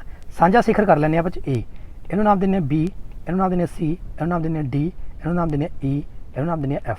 ਠੀਕ ਹੈ, ਇਸ ਤਰੀਕੇ ਨਾਲ। ਹੁਣ ਦੇਖੋ B, ਹੁਣ ਤੁਹਾਨੂੰ ਜਿਹੜਾ ਐਂਗਲ ਮੈਂ ਡਰਾ ਕਰਕੇ ਦਿਖਾਣਾ BAC, ਐਂਗਲ BAC ਤੇ CAD, ਇਹ ਦੋਨੋਂ ਕੀ ਨੇ ਐਡਜੈਸੈਂਟ ਐਂਗਲ ਨੇ। ਕਿਉਂ, ਇਹਨਾਂ ਵਿੱਚ ਸਾਂਝੀ ਭੁਜਾ ਕੌਣ ਹੈ, ਪਹਿਲਾਂ ਇਹ ਦੇਖੋ ਸਾਂਝੀ ਭੁਜਾ ਕੌਣ ਹੈ AC ਹੈਗੀ ਆ, ਸਾਂਝੀ ਭੁਜਾ ਕੌਣ ਆ AC, ਤੇ ਸਾਂਝਾ ਸਿਖਰ ਕੌਣ ਆ A। ਹੁਣ ਇੱਦਾਂ ਹੀ ਐਂਗਲ C, ਹੁਣ ਜੇ ਮੈਂ ਕਹਾਂ ਐਂਗਲ ABAC ਦੇ ਨਾਲ DAE, ਕੀ ਇਹ ਐਡਜੈਸੈਂਟ ਐਂਗਲ ਨੇ, ਨਹੀਂ, ਕਿਉਂਕਿ ਇਹਦੇ ਵਿੱਚ ਇੱਕ ਭੁਜਾ ਆ ਗਈ ਤੁਹਾਡੇ ਕੋਲ AC ਤੇ ਇੱਕ ਭੁਜਾ ਆ ਗਈ ਤੁਹਾਡੇ ਕੋਲ AD, ਇਸ ਕਰਕੇ BAC ਤੇ DAE ਐਡਜੈਸੈਂਟ ਐਂਗਲ ਨਹੀਂ ਨੇ, ਕਿਉਂਕਿ ਇਹਦੇ ਵਿੱਚ ਕੀ ਆ ਗਏ ਨੇ, ਦੋ ਭੁਜਾਵਾਂ ਵਿੱਚ ਆ ਗਈਆਂ ਨੇ, ਇਸ ਕਰਕੇ ਨਹੀਂ ਹੈਗੇ। ਤਾਂ ਇਸ ਤਰੀਕੇ ਨਾਲ ਤਾਂ ਜਦੋਂ ਤੁਸੀਂ ਕਦੇ ਵੀ ਬਣਾਏਂਗੇ ਹੋ, ਜਦੋਂ ਵੀ ਲਾਗਵੇਂ ਦੇਖਣੇ ਆ ਤਾਂ ਲਾਗਵੇਂ ਦੀਆਂ ਦੋ ਕੰਡੀਸ਼ਨਾਂ ਚੈੱਕ ਕਰਨੀਆਂ ਨੇ, ਇੱਕ ਤਾਂ ਸਾਂਝਾ ਸਿਖਰ ਚੈੱਕ ਕਰਨਾ ਹੈ, ਮਤਲਬ ਵਰਟੈਕਸ ਚੈੱਕ ਕਰਨੀ ਆ, ਇੱਕ ਸਾਂਝੀ ਭੁਜਾ ਚੈੱਕ ਕਰਨੀ ਆ। ਜੇ ਸਾਂਝੀ ਭੁਜਾ ਬਣਦੀ ਆ ਤਾਂ ਹੀ ਉਹ ਲਾਗਵੇਂ ਹੋਣਗੇ, ਅਦਰਵਾਈਜ਼ ਉਹ ਨਹੀਂ ਹੋਣਗੇ। ਓਕੇ, ਇਹ ਪ੍ਰੋਪਰਟੀਆਂ ਦੀ ਸਾਨੂੰ ਲੋੜ ਪੈਣੀ ਹੈ ਅੱਗੇ ਜਦੋਂ ਆਪਾਂ ਜਿਓਮੈਟਰੀ ਪੜ੍ਹਨੀ ਆ। ਇਹ ਸਿਰਫ ਦੇਖਣ ਨੂੰ ਨਹੀਂ ਹੈਗੇ, ਇਹ ਸਮਝਣ ਨੂੰ ਨੇ ਪ੍ਰੋਪਰ। ਓਕੇ, ਉਹਨੇ ਆਹੀ ਚੀਜ਼ ਅੱਗੇ ਦੱਸੀ ਹੈ। ਕਿਰਨ BD ਬਾਰੇ ਦੱਸਿਆ ਹੋਇਆ ਹੈ ਅਤੇ B ਇਹਨਾਂ ਦਾ ਸਾਂਝਾ ਸਿਖਰ ਹੈ। ਕਿਰਨ BA ਅਤੇ ਕਿਰਨ BC ਉਹ ਭੁਜਾਵਾਂ ਹਨ ਜੋ ਸਾਂਝੀਆਂ ਨਹੀਂ ਹਨ। ਦੇਖ ਲੈਂਦੇ ਆ, ਸਹੀ ਕਹਿ ਰਿਹਾ ਬਿਲਕੁਲ। BC ਆ ਰਹੀ ਤੇ BA, ਇਹ ਕੌਣ ਨੇ ਭੁਜਾਵਾਂ ਨਹੀਂ ਗਈਆਂ, ਇਹ ਸਾਂਝੀ BD ਦੇ ਕੀ ਨੇ, ਉਲਟ ਦਿਸ਼ਾ ਦੇ ਵਿੱਚ ਨੇ। ਇਹ ਕਿੱਧਰ ਨੇ, ਉਲਟ ਪਾਸੇ ਨੇ, ਤੇ ਇਹ ਉਹਨੇ ਕਿਹਾ ਸੀਗਾ ਵੀ ਉਲਟ ਦਿਸ਼ਾ ਦੇ ਵਿੱਚ ਹੋਣੀਆਂ ਚਾਹੀਦੀਆਂ ਨੇ। ਤਾਂ ਜੇ ਮੈਨੂੰ ਪ੍ਰੋਪਰ ਤੁਹਾਨੂੰ ਦੱਸਾਂ ਤਾਂ ਕਿਹੜੇ ਇੰਪੋਰਟੈਂਟ ਵਰਡ ਬਣਦੇ ਆ ਕਦੇ ਵੀ ਐਡਜਸੈਂਟ ਐਂਗਲ ਚੈੱਕ ਕਰਨੇ ਆ। ਪਹਿਲੀ ਗੱਲ ਸਾਂਝੀ ਭੁਜਾ, ਦੂਜੀ ਗੱਲ ਸਾਂਝਾ ਸਿਖਰ, ਤੀਜੀ ਗੱਲ ਸਾਂਝੀ ਭੁਜਾ ਦੇ ਉਲਟ। ਠੀਕ ਹੈ, ਕੌਣ ਹੋਵੇ ਜਿਹੜੀ ਇਹਦੀ ਸਾਂਝੀ ਭੁਜਾ ਹੈ, ਜਿਹੜੀ ਸਾਂਝੀ ਭੁਜਾਵਾਂ ਦੇ ਉਲਟ ਦਿਸ਼ਾ ਵਿੱਚ ਸਥਿਤ ਹੋਣੀ ਚਾਹੀਦੀਆਂ ਨੇ। ਅੱਜ ਜੇ ਤੁਸੀਂ ਦੇਖਣੀਆਂ ਨੇ ਤਿੰਨ। ਇਸ ਦੇ ਇਲਾਵਾ ਜਦੋਂ ਦੋ ਕੋਣ ਲਾਗਵੇਂ ਹੁੰਦੇ ਹਨ, ਜੋ ਲਾਗਵੇਂ ਨੇ, ਤਾਂ ਉਹਨਾਂ ਦਾ ਜੋੜ ਉਸ ਕੋਣ ਦੇ ਬਰਾਬਰ ਹੁੰਦਾ ਹੈ ਜੋ ਉਹਨਾਂ ਦੀਆਂ ਭੁਜਾਵਾਂ ਤੋਂ ਬਣਦਾ ਹੈ। ਇਹ ਇੰਪੋਰਟੈਂਟ ਹੈ, ਥਿਊਰਮ ਦੀ ਤਰ੍ਹਾਂ ਕੰਮ ਆਏਗਾ। ਜਦੋਂ ਦੋ ਕੋਣ ਲਾਗਵੇਂ ਨੇ, ਮੰਨ ਲਓ ਇੱਥੇ ਕੋਣ ਬਣਾਇਆ, ਇੱਥੇ ਕੋਣ ਬਣਾਇਆ, ਉਹਨਾਂ ਦੋ ਲੋਕ ਦੇਖੇ ਨਾ, ਲਾਗਵੇਂ ਦੇਖੇ ਨਾ, ਆ ਐਂਗਲ A, ਆ ਐਂਗਲ B। ਹੁਣ ਜਿੰਨਾ ਇਹਦਾ ਜੋੜ ਆ, ਮੰਨ ਲਓ ਇਹ ਵੀ 45 ਡਿਗਰੀ ਹੈ ਤੇ ਆ ਵੀ 45 ਡਿਗਰੀ ਹੈ। ਹੁਣ ਕਹਿ ਰਿਹਾ ਇਸ ਦੇ ਇਲਾਵਾ ਜਦੋਂ ਦੋ ਕੋਣ ਲਾਗਵੇਂ ਹੁੰਦੇ ਨੇ, ਜਦੋਂ ਦੋ ਕੋਣ ਲਾਗਵੇਂ ਨੇ ਤਾਂ ਉਹਨਾਂ ਦਾ ਜੋੜ ਉਸ ਕੋਣ ਦੇ ਬਰਾਬਰ ਹੁੰਦਾ ਹੈ ਜੋ ਉਹਨਾਂ ਦੀਆਂ ਭੁਜਾਵਾਂ ਤੋਂ ਬਣਦਾ ਹੈ। ਮਤਲਬ ਇਹਦੀ ਭੁਜਾ ਕੌਣ ਹੈ, ਇਹਨੂੰ ਮੈਂ A ਮੰਨਦਾ, ਇੱਥੇ ਨੂੰ ਮੈਂ B ਦਾ ਨਾਮ ਦਿੰਦਾ, ਇੱਥੇ ਨੂੰ ਮੈਂ C ਦਾ ਨਾਮ ਦਿੰਦਾ, ਇੱਥੇ ਨੂੰ ਮੈਂ D ਦਾ ਨਾਮ ਦਿੰਦਾ। ਤਾਂ AC ਤੇ AD, ਮਤਲਬ AC ਭੁਜਾ ਤੇ AD ਭੁਜਾ ਤੋਂ ਕੌਣ ਕਿਹੜਾ ਬਣਦਾ ਪਿਆ ਹੈ, ਮੇਰੇ ਕੋਲ B। ਤੇ AB ਭੁਜਾ ਤੇ AD ਭੁਜਾ ਤੋਂ ਮੇਰੇ ਕੋਲ ਕੌਣ ਕਿਹੜਾ ਬਣਦਾ ਪਿਆ ਹੈ, A। ਤੇ ਜੇ ਮੈਂ A ਤੇ B ਦਾ ਕੋਣ ਨੂੰ ਜੋੜ ਕਰਦਾ ਹਾਂ, ਉਹ ਕਿਹਦੇ ਇਕੁਅਲ ਆਏਗਾ, AC ਭੁਜਾ ਜਿਹੜੀ ਆਹ ਵਾਲੀ AC ਤੇ BC ਦੇ ਵਿੱਚ ਜਿੰਨਾ ਪੂਰਾ ਕੋਣ ਬਣਦਾ ਹੈ। ਤਾਂ ਉਹਦੇ ਕਹਿਣ ਦਾ ਮਤਲਬ ਇਹ ਹੋ ਗਿਆ ਇਹਦੇ ਵਿੱਚ ਜਿੰਨਾ ਪੂਰਾ ਕੋਣ ਬਣਦਾ ਹੈ। ਠੀਕ ਹੈ, ਤੁਹਾਨੂੰ ਉਹਦੇ 'ਚ ਮੈਂ ਬਣਾ ਕੇ ਦਿਖਾ ਦਿੰਦਾ। ਨੋਟਪੈਡ ਤੇ। ਇਹਦੇ ਵਿੱਚ ਇਹ ਕਹਿਣਾ ਚਾਹ ਰਿਹਾ ਇਹ ਸਿੰਪਲ ਗੱਲ ਆ, ਕੁਝ ਜ਼ਿਆਦਾ ਕਨਫਿਊਜ਼ਨ ਕ੍ਰੀਏਟ ਕਰਨ ਵਾਲੀ ਗੱਲ ਨਹੀਂ ਕਰਦਾ ਪਿਆ। ਕਹਿੰਦਾ ਇਹਦੇ ਵਿੱਚ ਆ ਸਾਂਝੀ ਭੁਜਾ ਬਣਾ ਲਈ, ਸਾਂਝੀ ਭੁਜਾ ਕਰਕੇ ਕੀ ਬਣ ਗਿਆ, ਇੱਥੇ ਸਾਂਝਾ ਸਿਖਰ ਬਣ ਗਿਆ। ਬੀ ਦਾ ਨਾਮ ਦਿੱਤਾ, ਸੀ ਦਾ ਨਾਮ ਦਿੱਤਾ, ਡੀ ਦਾ ਨਾਮ ਦਿੱਤਾ। ਇੱਥੇ ਐਂਗਲ A1 ਬਣਾ ਲਓ, ਐਂਗਲ B1 ਬਣਾ ਲਓ, ਜੋ ਮਰਜ਼ੀ ਬਣਾਓ, ਤੁਹਾਡੀ ਮਰਜ਼ੀ। ਇੱਥੇ ਐਂਗਲ X ਲੈਣਾ, ਐਂਗਲ X ਲਓ, Y ਲੈਣਾ Y ਲਓ, ਕੋਈ ਪ੍ਰੋਬਲਮ ਨਹੀਂ ਹੈਗੀ। ਹੁਣ ਕਹਿਣ ਦਾ ਮਤਲਬ ਇਹ ਹੈ, ਕਹਿਣ ਦਾ ਕੀ ਭਾਵ ਆ ਰਿਹਾ ਇੱਥੇ, ਕਹਿਣ ਦਾ ਭਾਵ ਆ ਰਿਹਾ ਇਹ ਕਿ ਜਿਹੜਾ ਐਂਗਲ ਹੈ ਕਿਹੜਾ, ਹੁਣ ਮੈਂ ਇੱਥੋਂ ਚੱਲਦਾ BAD, angle BAD plus angle DAC, angle DAC ਇਹ ਕਿਹਦੇ ਇਕੁਅਲ ਹੋਏਗਾ, ਆ ਪੂਰੇ ਦੇ। ਪੂਰਾ ਕੌਣ ਹੈ, ਪੂਰਾ ਕੌਣ ਹੈ, ਪੂਰਾ ਕੌਣ ਹੈ, ਆਹ ਵਾਲਾ CAB ਬੋਲੋ, ਚਾਹੇ BAC ਬੋਲੋ, इधरों BAC वाल जाओ, चाहे CAB वाल आओ, फिर भी ये चीज़ है, ठीक है। एंगल CAB वाल आओ तो तुम इतने BAC लिख सकते हो। तो जो पूरा कोण है ना, आ दोनों का जोड़, आ पूरे जी सांझे भुजावां, मतलब सांझे भुजावां दे तो छड्ड के तो AB यदि AC सीगी तो यदि की सी AB सीगी, तो ये जिन्ना पूरा कोण बनता पाया तो ਇਹਦਾ जोड़ तो ਇਹਦਾ जोड़ ये पूरे दे जोड़ के बराबर आएगा, ठीक है जी। ये चीज़ समझने वाली ये थ्योरम तुहानूं पता लग गई। हुण पहली गल तो एडजेसेंट एंगल समझ आने चाहिए किहड़े ने, दूजी गल ये समझ आनी चाहिए भी एडजेसेंट एंगलों के कोणों का जोड़ की है। तो उन्हें यही चीज़ इत्थे बना के दसी हुई है भी angle ABC is equal to ABD plus DBC, ठीक है। मतलब इदा भी मान लो तुसीं देखो ये इस तरीके नाल सी इत्थे इत्थे थोड़ा जिहा इहनूं डिलीट करते हैं, तो जी कंडीशन है इन्हूं थोड़ा जिहा मैं छोटा करने की कोशिश करता जो तुहानूं दिख जाता है। तो एंगल ABC, तो एंगल ABC आ पूरा एंगल है ABC, ये किहदे बराबर है, ABD ते DBC दोनों के जोड़ के बराबर, ABD ते DBC छोटे एंगल ते वड्डे एंगल जोड़ के बराबर। क्लीयर चीज़, ध्यान दो एंगल ABC और एंगल ABD लागवे कोण नहीं हैं, क्यों, इसका कारण यह है कि गैर सांझिया भुजावां अर्थात वो भुजावां जो सांझिया नहीं हैं BD और BC सांझी भुजा BA के एक ही दिशा में स्थित हैं। हुण एंगल ABC ते ABD लागवे कोण नहीं हैगे,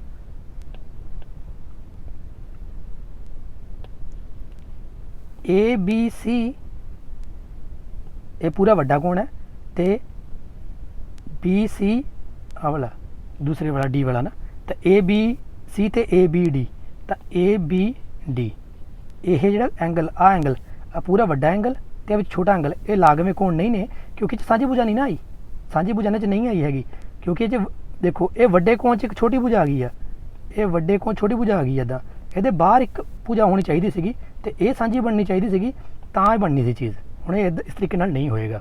हुण अगे जे चित्र 6.2 विच गैर सांझी भुजावां BA और BC एक रेखा बनाउण तां यह चित्र 6.3 वर्गा लगेगा। इस स्थिति विच एंगल ABD और एंगल DBC कोणों का एक रेखी जोड़ा लीनियर पेयर ऑफ एंगल बनाते हैं। जी चीज़ पहले इत्थे लाइन ड्रॉ की जा रही सी, जी लाइन पिछले आप डायग्राम से देख के आए हैं, इत्थों जी चक के कहते इत्थे ड्रॉ ना करो, उन्होंने इदा लाइन की तरह ड्रॉ कर लो, इत्थे ड्रॉ कर लो तो की हो जाएगा, तो इत्थों आप डिलीट करके इत्थे ले आए हैं, पर इन्हूं इत्थों घुमा के थले ले आंदा तो की हो जाएगा, वो कहते की हुंदा इहदे नाल कोणां दा एक रेखी जोड़ा, ये रेखे ते बनते पे, रेखा ते बनते पे, बिल्कुल। अब कौन AC रेखा है उत्ते की बनता पाया, एक जोड़ा बनता पाया किहड़ा DBC आ वाला ते ABD आ वाला, कित्ते बनते पे रेखा ते, रेखा ते बनाने दे करके इहदा की नाम रखता linear, linear for line, pair मतलब जोड़ा भी जो लाइन के उत्ते रेखा का कोण का जोड़ा बनता उन्होंने की बोलते हैं आप लीनियर पेयर ऑफ एंगल। ये भी बहुत इंपॉर्टेंट है याद करना, क्योंकि जो इन्हों का जोड़ आना दोनों कोणों का जोड़ जो आना ना वो हमेशा 180 डिग्री आना है, ये प्रॉपर्टी बननी है, क्योंकि पूरा इदा घुमाइए जो आप 180 बनता है, ठीक है जी। तो लीनियर पेयर ऑफ कोण भी तुहानूं समझ आ गया, ठीक है ना। लीनियर पेयर ऑफ कोण तुहाडे कोल की है, हुण मैं तुहानूं दसदा है, जे मैं इत्थे ड्रॉ कर लवां इदां ABCD, जे मैं इदां ड्रॉ कर लवां ABCD, जे मैं इदां ड्रॉ कर लवां ABCD, ठीक है। इत्थे 90 90 इत्थे मान लो 45 हो जाएगा, ठीक है। इधरले पासे भी 45 हो जाएगा, बाकी जो एक्स बच गया तुहाडे कोल, पर दोनों नूं मान लो इनू मैं ए मान लैना, इत्थे इनू मैं ए मान लैना, ये भी मैंने टोटल करके कितना देगा 180 डिग्री, ये भी मैंने कितना देगा 180 डिग्री। एक रेखा के उपर एक जोड़ा बनया कोणां दा, ਉਹਦਾ जे जोड़ के बराबर है 180 बराबर है, वो की होंगे ने, वो दोनों कोण की होंगे ने लीनियर पेयर ऑफ एंगल। ठीक है जी, तो असं उन्होंने की बोलते हैं कोणा का एक रेखी जोड़ा। तो याद रखना कोणा का एक रेखी जोड़ा की है, कदों बनता है जो वो एक रेखा ते कोण बन दो जोड़ा होवे, जोड़ा च दो चीज़ां होंदियां ने ना, ठीक है ना, तो उही नाम रखिया उन्होंने। हुण आ जाओ तुसीं शिखर सन्मुख कोणा वर्टिकल ओपोजिट एंगल नूं भी याद कर सकते हो। जे दो रेखावां मान लो ए बी, पहला मैं देख ए बी रेखा खिंचती, ठीक है, अते मान लो ए बी अते सी डी एक दूजे नूं बिंदु ओ ते कड्ढण, ते जिहड़ी सी डी है इहने की कीता बिंदु ओ ते कट्टता, आह वाले बिंदु ओ ते कट्टता, ते कट्टण ते बनदे हन एक शिखर सन्मुख कोणां दे जोड़े हन। इन्हां नूं असीं की बोलदे हां शिखर सन्मुख कोण, इन्हां नूं असीं बोलदे हां वर्टी, इंग्लिश दा नाम ज़्यादा सौखा है वर्टिकली ओपोजिट। तां किहड़े वर्टिकल ओपोजिट एंगल किहड़े बनणगे, इन्हां ने इत्थे दस्से सानूं ए ओ डी, देखदे कित्थे आ ए ओ ते डी, ये वर्टिकल ओपोजिट किहड़ा आएगा, देखो ये ओपोजिट आएगा सी ओ बी, आ वर्टिकल ओपोजिट आएगा। तो जे मैं कहां ए ओ सी, तो ये वर्टिकल ओपोजिट कौन आएगा डी ओ बी, तो ये बन गया वर्टिकल ओपोजिट बन गया। तो ये वर्टिकल ओपोजिट ये की ने शिखर सन्मुख कोणा का जोड़ा। ठीक है, हुण शिखर क्यों, इत्थे ओ शिखर है, पंजाबी दे विच किवें करदे पे ने, पंजाबी ते इत्थे ओ की आ शिखर है, सन्मुख ने, ਇਹਦਾ ਮੁੱਖ ਜਿਹੜਾ ਹੈਗਾ ਇਹਦੇ ਓਪੋजिट है। ठीक है जी, ਇਹਦੇ ਓਪੋजिट है, ਇਹਦਾ ਜਿਹੜਾ ਮੁੱਖ ਹੈ ਇਹਦੇ ਓਪੋजिट है AOD COB, ਇਹਦੇ AOC DOB। ठीक है, तेनों ਆਪਾਂ डिटेल समझ लेने माड़ा जा किस तरीके नाल कहना चाहते हैं।